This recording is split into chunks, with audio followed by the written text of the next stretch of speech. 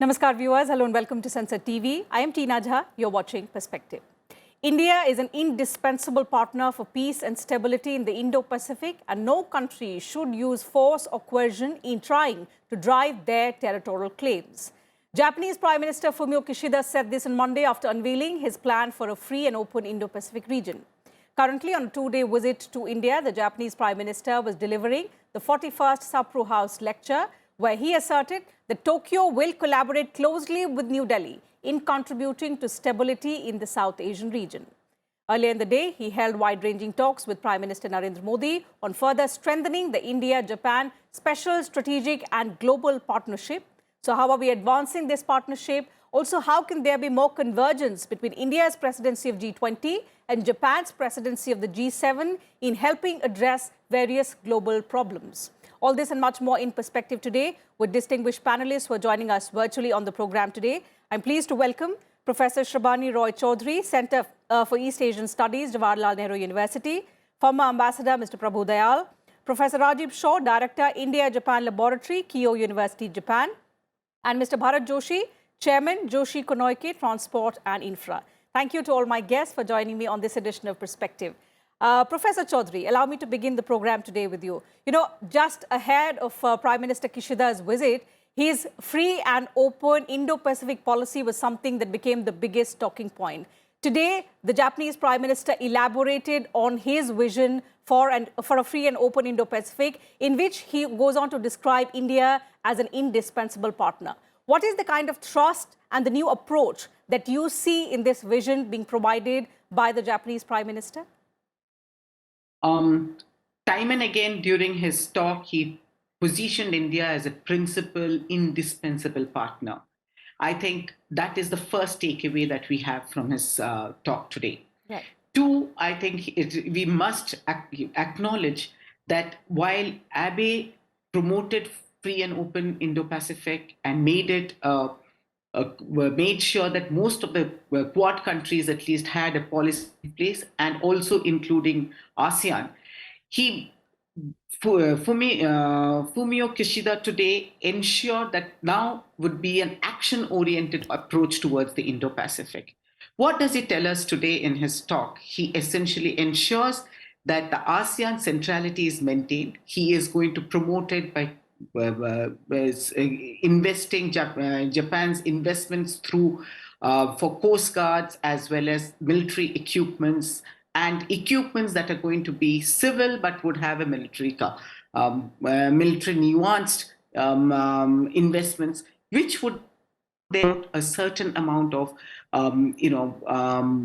action orientation could take place from the ASEAN countries. Right. India as a principal partner is a very trustworthy partner for Japan as well as the ASEAN countries. We promote peace. We always want a peaceful coexistence of neighbors. And this kind of a relationship will definitely promote what is fundamental to both these countries with respect to Indo-Pacific, apart from being free and open, to promote stability and peace. I think these are the takeaways that he has put forward, and I think from India, we would be definitely encouraging this venture.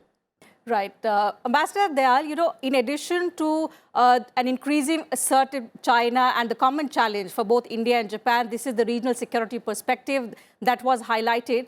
But from a bilateral point of view, what are the significant areas that you see that we discussed upon and in which there has been an agreement that these are areas in which there is a lot of scope and potential to further expand what we already have, a special global strategic partnership with Japan?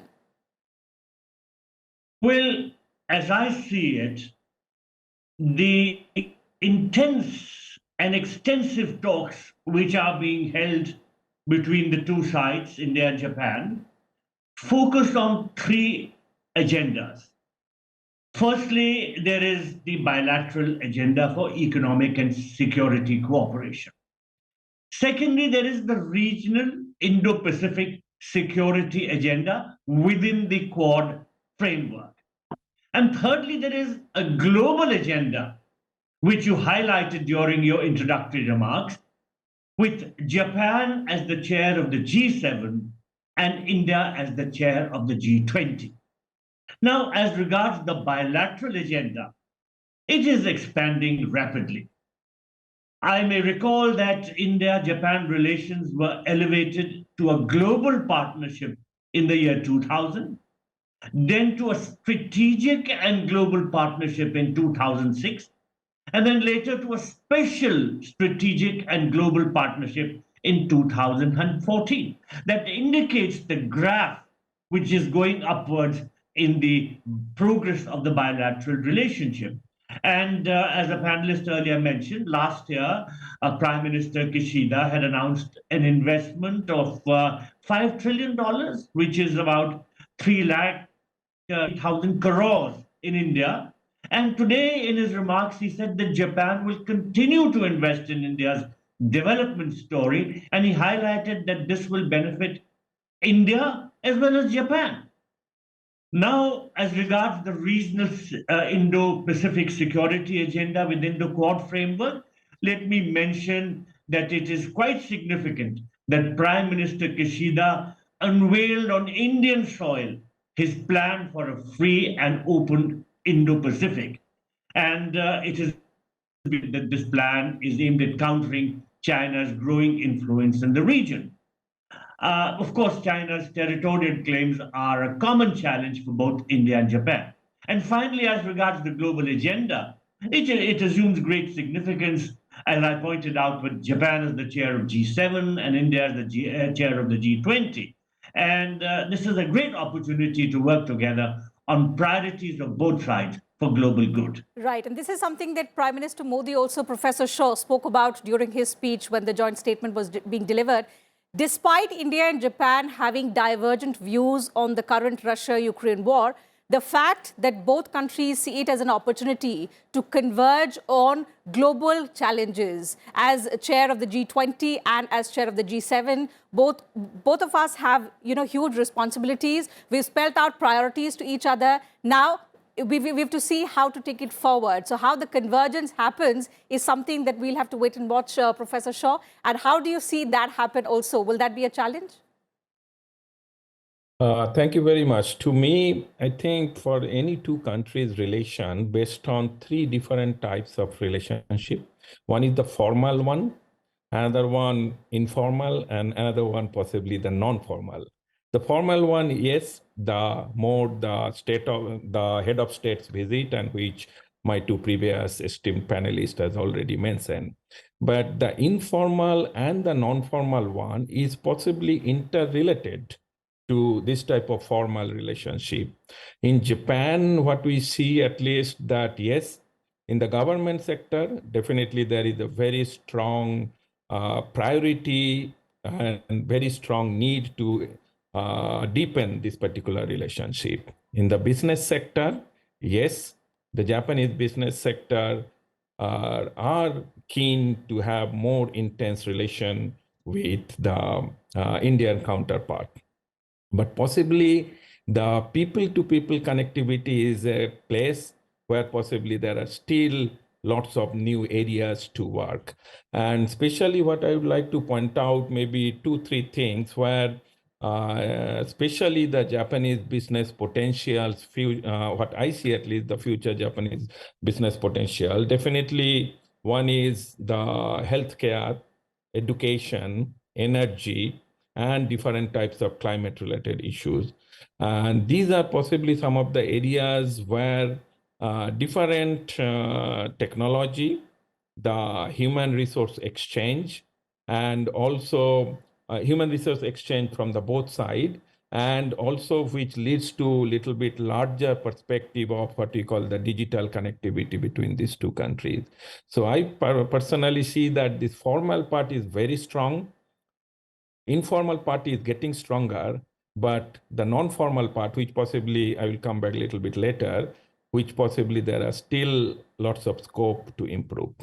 You're right. People-to-people connectivity and contact is something that deepens and strengthens relationship between two countries. Professor Chaudhary, I'll come back to you just a bit to understand how this may happen, especially with an important partner like Japan. But in the meanwhile, let me get in Mr. Joshi into the discussion to talk about the economic relationship, which has been on an upswing, Mr. Joshi, over the last couple of years, especially. I mean, the late Shinzo Abe and Prime Minister actually shared a very, very important relationship, which was spoken about. It was way more personal.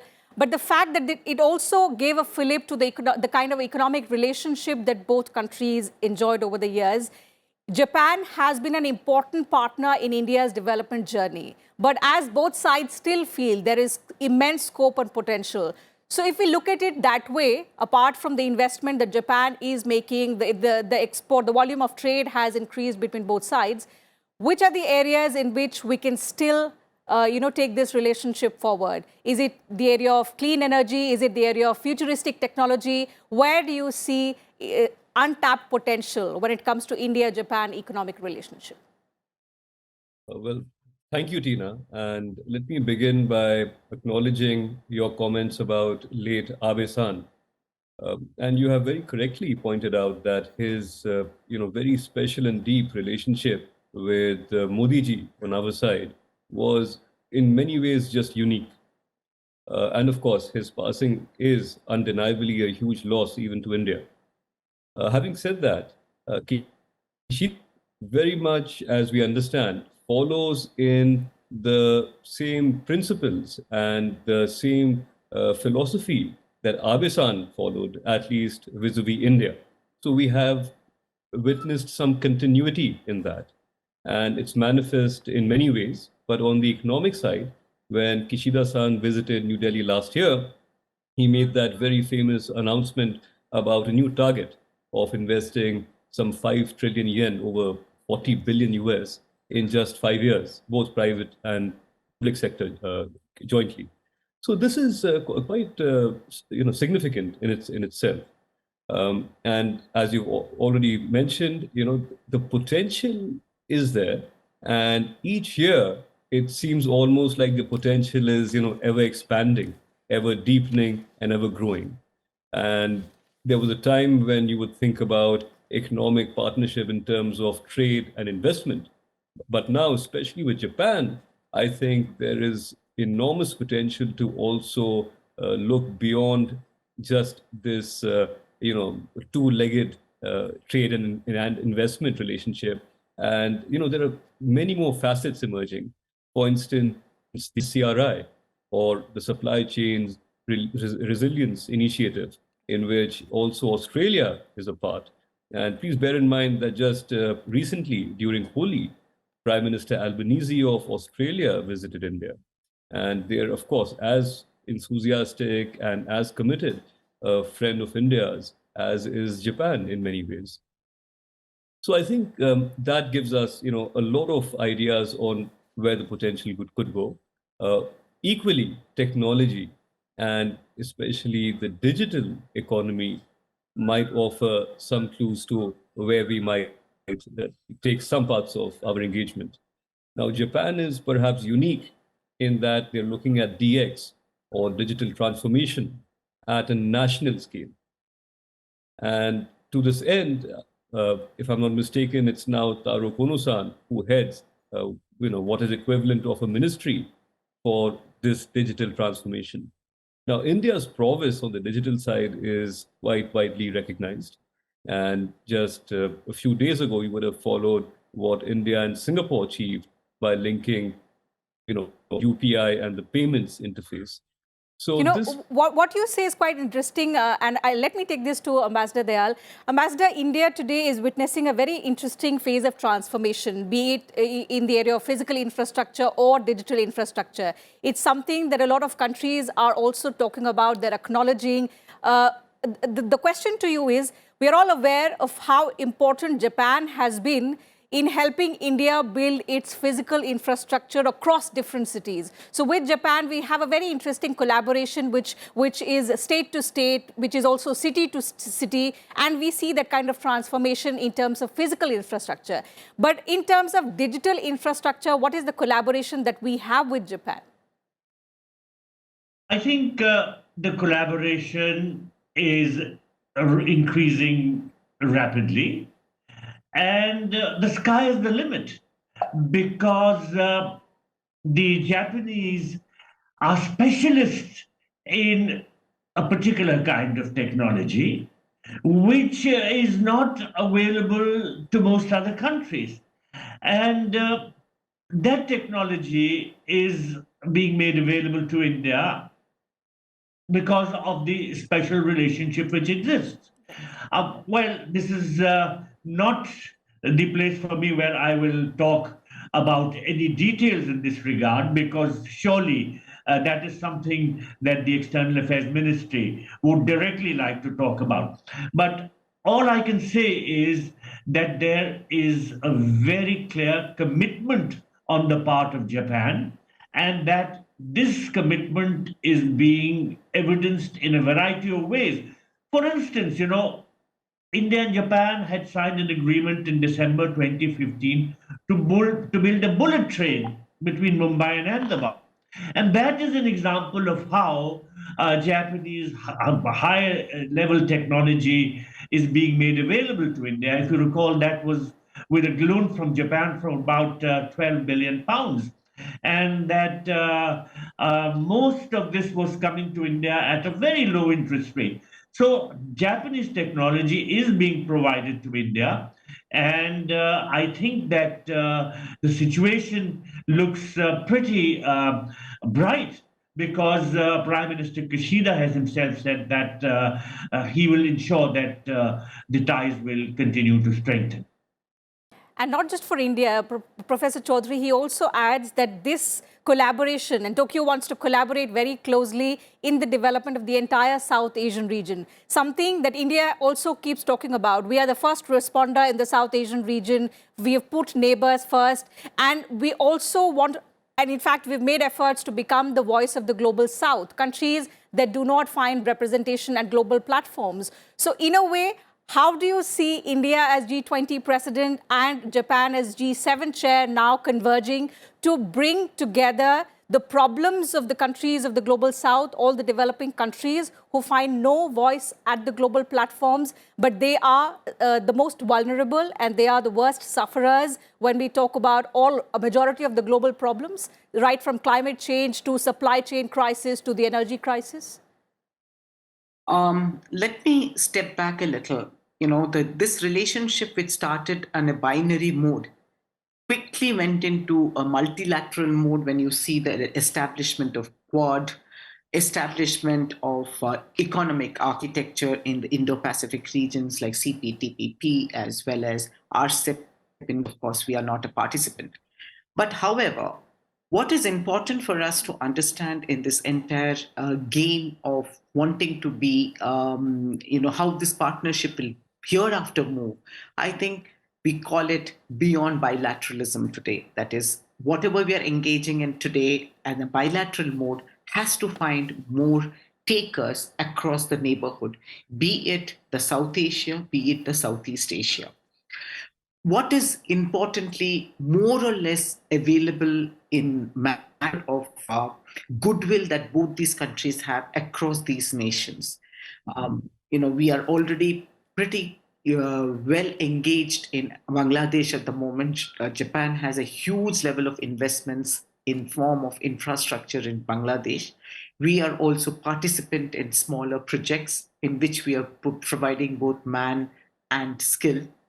With respect to Sri Lanka, we've been engaging. There has been issues, but now with the country seems to be back on track, we would be having much more engagements.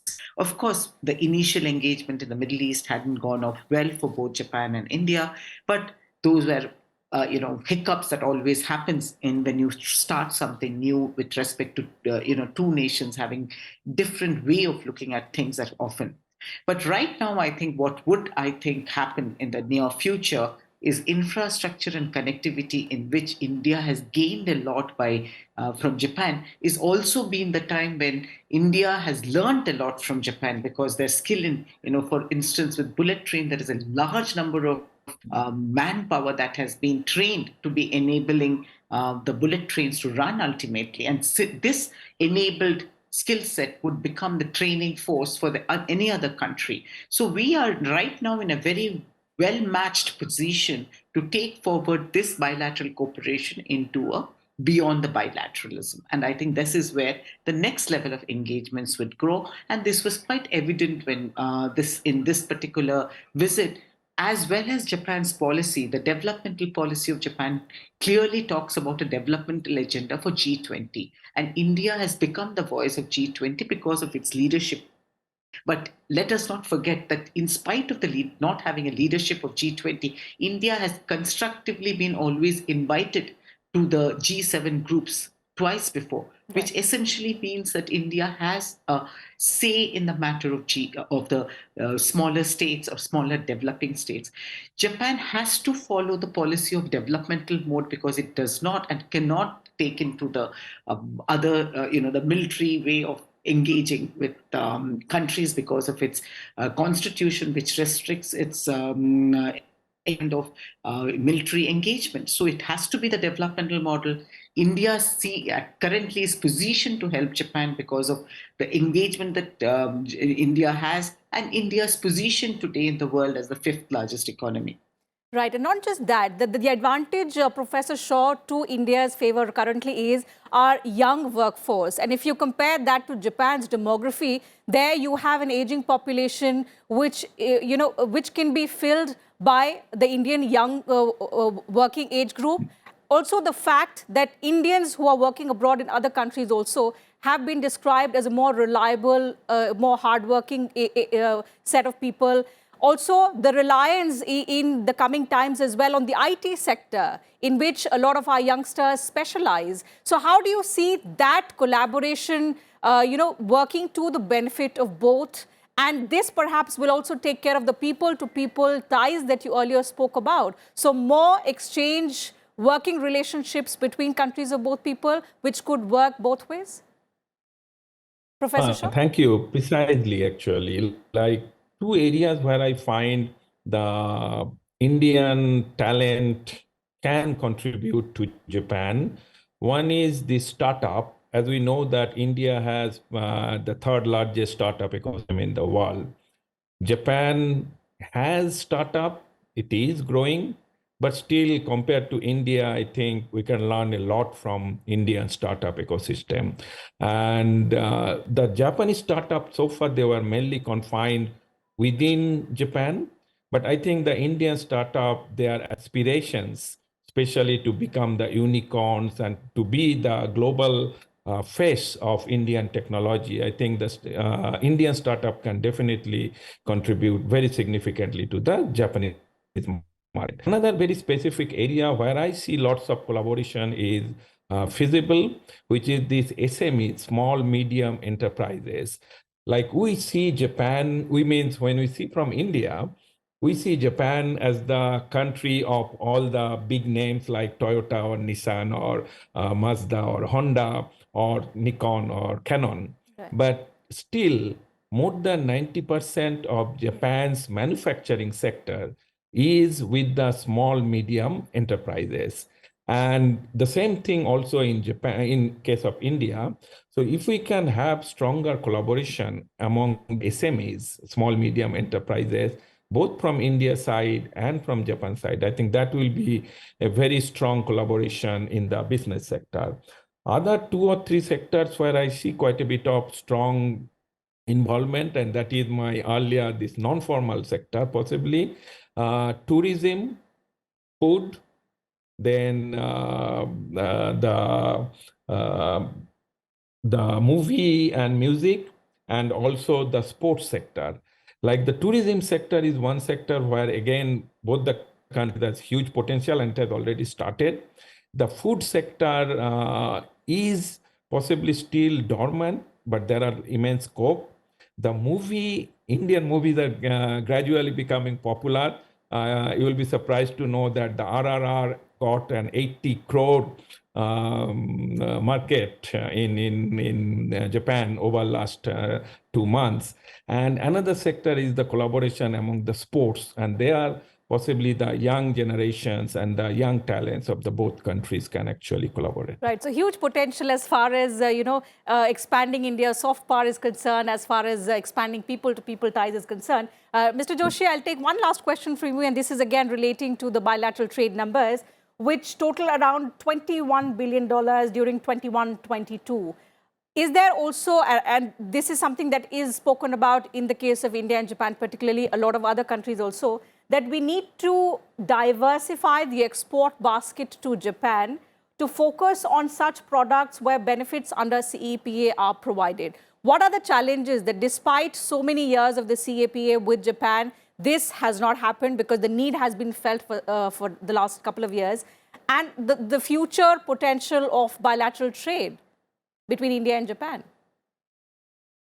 You're absolutely right. I think the FTA or the CEPA perhaps has more potential than has been realized. Yes. In the last couple of years, however, I think there's been a renewed realization for the need to diversify value chains. And in this regard, I'd already mentioned what the SCRI or the Supply Chain Resilience Initiative could perhaps achieve.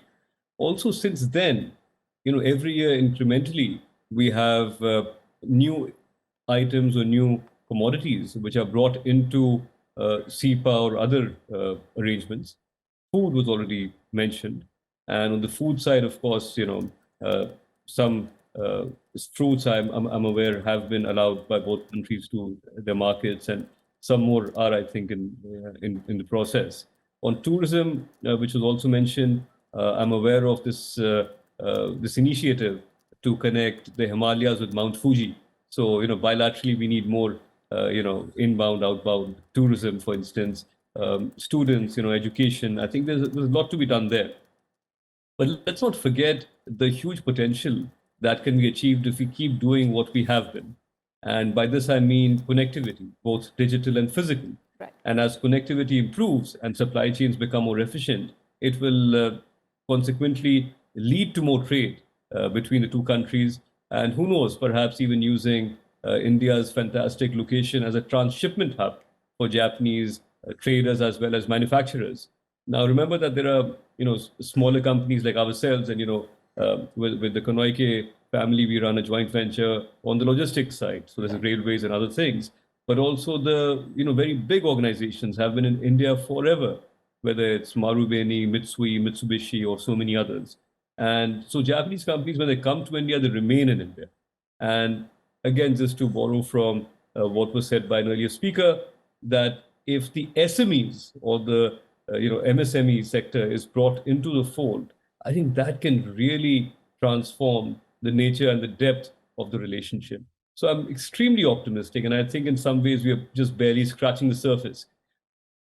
I think the last 2 or 3 years have really demonstrated how reliable and predictable India is as a partner during the pandemic, during the COVID crisis, how India has emerged not only as the fastest growing economy, but also as a vaccine and a pharmaceuticals superpower, not just an IT superpower. And this is what supply chains are increasingly being geared towards: business continuity, food security, energy security, and also medical security. So I think India ticks all the boxes along with partners like Japan. You're right. And apart from, huge opportunities on the bilateral front, as we just spoke, there are newer areas of cooperation, untapped potential that Professor Shaw spoke about. So all in all, the bottom line is it's been an important day. The Japanese Prime Minister was here in India, and during his meeting with Prime Minister Modi, they've spoken about issues of not just mutual interest and ways to strengthen the bilateral ties between India and Japan. They've also spoken about how there is need to converge more on the global challenges that the world today is facing, because until these problems are solved, that there will be a host of countries which will continue to suffer, and the most vulnerable ones which find no voice on the global platforms. So that having been said, I'll have to wind up the program. I'd like to thank all my guests once again for joining me on this edition of Perspective and sharing your thoughts, your views with us and our viewers. And to you viewers, thank you very much for your time as well. I'll see you same time tomorrow now. Take good care of yourselves. Keep watching Sansad.